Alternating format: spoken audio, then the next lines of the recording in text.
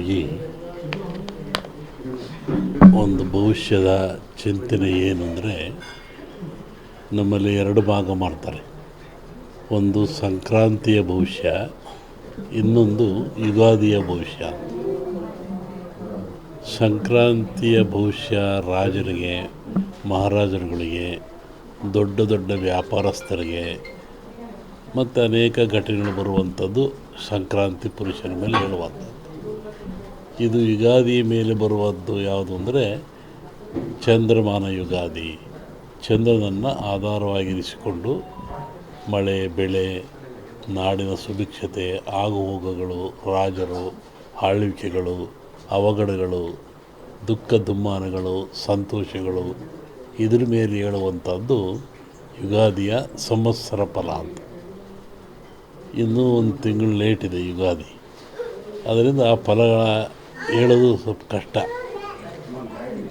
ಈಗ ನೀವು ಕೇಳುವಂಥದ್ದು ಏನು ಅಂತಂದರೆ, ಮಳೆ ಬೆಳೆಗಳು, ಆರೋಗ್ಯ ಮುಖ್ಯವಾಗಿ ನಮ್ಮ ದೃಷ್ಟಿಯಲ್ಲಿ ಕರ್ನಾಟಕಕ್ಕೆ ಬರುವ ಸಂವತ್ಸರದಲ್ಲಿ ಯಾವುದೇ ವಿಧವಾದ ತೊಂದರೆ ತಾಪತ್ರಯಗಳಿಲ್ಲ.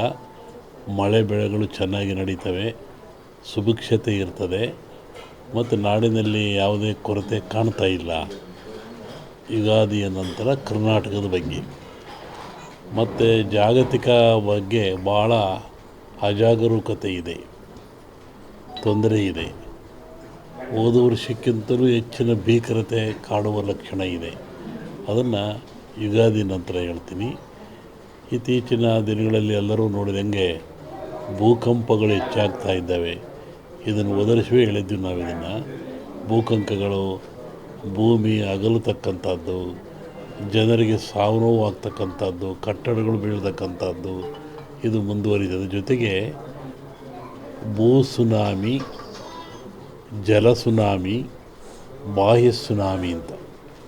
ಇಲ್ಲಿವರೆಗೂ ಬರೀ ಜಲ ಸುನಾಮಿ ಆಗ್ತಾಯಿತ್ತು. ಸಮುದ್ರದಲ್ಲಿ, ಸಾಗರದಲ್ಲಿ ಸುನಾಮಿ ಬಂದು ತೊಂದರೆ ಆಗ್ತಾಯಿತ್ತು. ಈ ಸತಿ ಭೂ ಸುನಾಮಿನೂ ಇದೆ. ಭೂಮಿ ಒಳಗೆ ಸುನಾಮಿಯಾಗಿ ಕಂದಗಾಗ್ಲಕ್ಷದ್ದು. ಜಲ ಸುನಾಮಿನೂ ಹೆಚ್ಚಿದೆ. ಬಾಹ್ಯ ಸುನಾಮಿ ಅಂತ ಬಾಹ್ಯಾಕಾಶದಲ್ಲೂ ಆ ತೊಂದರೆ ಆಗ್ತಕ್ಕಂಥ ಲಕ್ಷಣ ಇದೆ. ಅದನ್ನು ಯುಗಾದಿ ನಂತರ ಹೇಳ್ತೀನಿ.